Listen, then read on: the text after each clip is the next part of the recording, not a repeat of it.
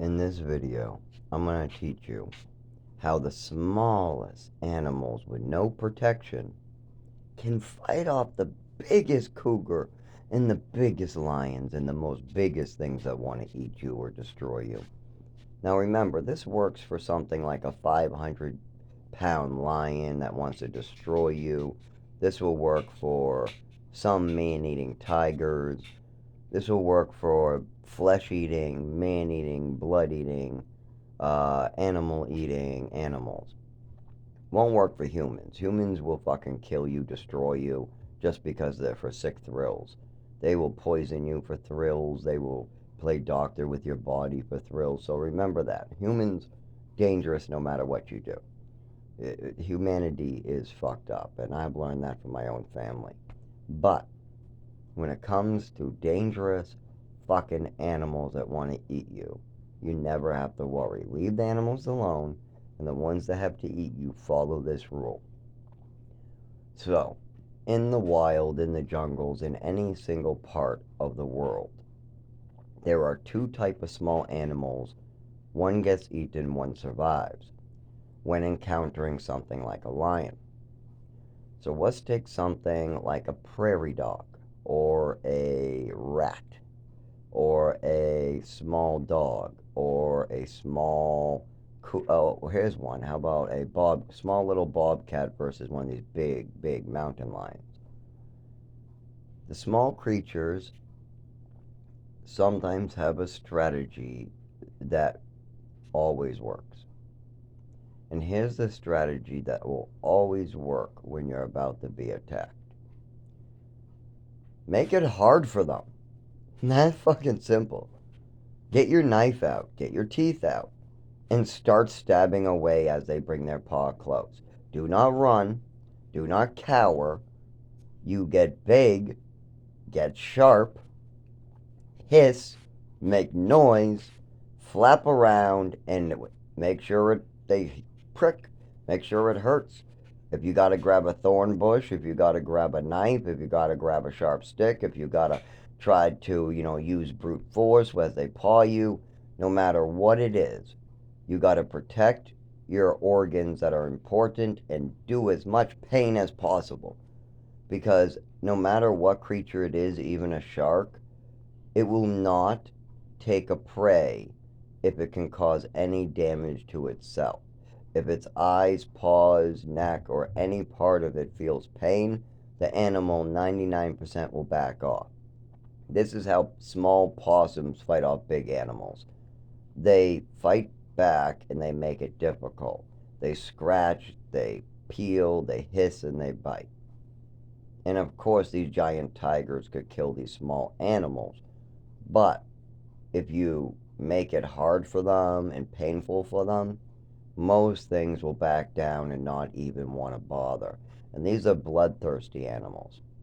If you're talking about rattlesnakes and cougars and things like that, most of them, just leave them alone. Do nothing. They do nothing, they leave you alone. But if something even wants to eat you, if you make it difficult for them, they'll say, not worth it. I'm not losing an eye. This guy doesn't have a lot of meat on him. Yeah, look at this skinny little fuck. What is he, 111 pounds? It's gonna be all bone. And this thing's gonna frickin' this thing wants to go after my eyes and my neck and my paws. And every time I try to bite, he keeps on slashing that sharp thing near me. And no, no, nah.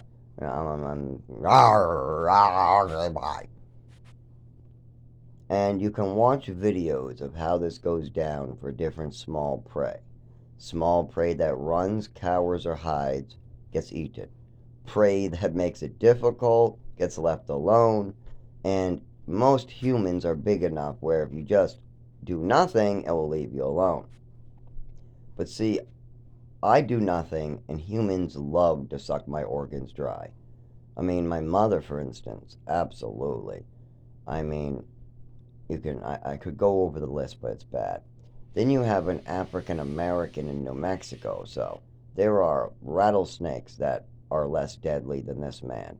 He's choking out little women in the shower because they're in there too long. He's choking out me at age 8 because I won't eat after food poisoning, and the food poisoning is serious. I'm not just saying that like an 8-year-old goes, bad food's bad. No, I had bad food before. I grew up in orphanages with powdered eggs. I can deal with powdered eggs and powdered milk, and I'm talking about being hospitalized sick, and having multiple kids who are shitting themselves, puking, and bedridden for days on end. I'm talking about some serious shit.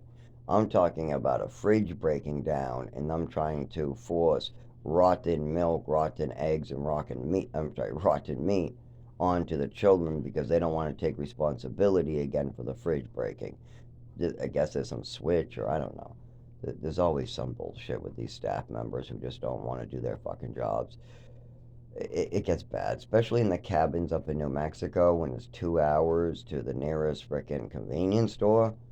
You better believe that it's almost impossible to afford bringing food into that place. And the place wasn't built yet. So they have no facilities, they have little money, and they're trying to build the facilities, so most of their money is being drained. It wasn't ready to be there yet, so people like me and these little girls got to get abused. I wish I could find Christina Stiers. I wonder if she ever got justice for what happened to her. You know, my father sued them and got that out, but I'm guessing that he signed a non disclosure and kept it a secret from her family, not allowing me to help her from the abuse she went through. It's really too bad, too. I wonder if she ever got help. I know that there's Angly Beth, known as Lily Beth, that's still struggling because Big Pharma and the doctors of Massachusetts want to take advantage of her and use her as a cash cow. It's pretty bad.